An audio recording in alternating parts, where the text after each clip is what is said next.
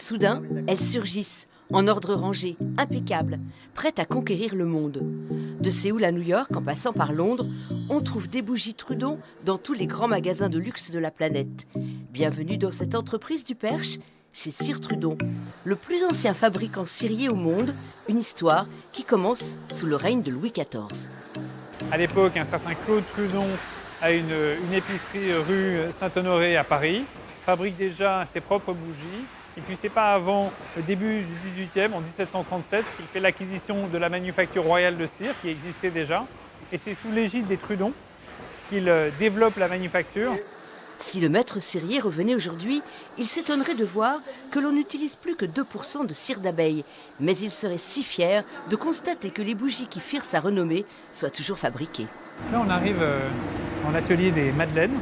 Les madeleines sont des chandelles, tout simplement, que l'on fait en plus d'une trentaine de couleurs différentes. Et on les appelle madeleines, puisque c'était le format utilisé dans l'église de la Madeleine à Paris. Et là, on va se diriger vers un autre métier, qui est le métier des royales. On les appelle royales, puisque c'était le format utilisé dans les appartements du roi, notamment le Louis XIV. Il n'y a pas d'école pour apprendre à fabriquer des bougies. Le savoir-faire se transmet de personne en personne au sein de l'entreprise.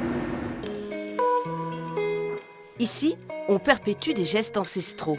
Emmeline est chargée de la recouverture. Pas moins de 6 opérations sont nécessaires pour colorer les bougies. Et il ne faut pas s'arrêter en fait, parce que sinon on fait des traces sur la bougie. Et ensuite je mets de l'eau froide, c'est ce qui lui donne son côté brillant. Il y a bien des ratés. Ça arrive. Pour se convaincre que le métier de cirier est tout un art, il suffit d'aller du côté de l'atelier de moulage. Sylvia est en train de démouler et préparer une Marie-Antoinette. Nous avons un partenariat exclusif avec la Réunion des musées nationaux. Et là, nous voyons Sylvia en train de finir le buste de Marie-Antoinette. C'est plus un travail de cirier, là, c'est un travail de sculpteur. Absolument. Ces bustes, véritables objets de décoration, sont très appréciés d'une clientèle étrangère, ravie de s'offrir un petit morceau d'histoire de France. Coulage, moulage, il y a aussi le redressage de mèches, une mission que Sylvie prend très à cœur. Ce qui me plaît, c'est qu'on travaille beaucoup de matière, donc c'est important de redresser, de voir comment elle vit en fait. Parce qu'on a du végétal ou non végétal, donc on apprend avec elle. Dernière née de la gamme des bougies parfumées, la petite bougie, c'est son nom, va pouvoir brûler 20 heures sans tourner de la mèche. Vous découvrez en fait cette bougie. Oui, je la découvre en fabrication. C'est toujours assez génial de voir le produit qu'on a conçu se faire fabriquer.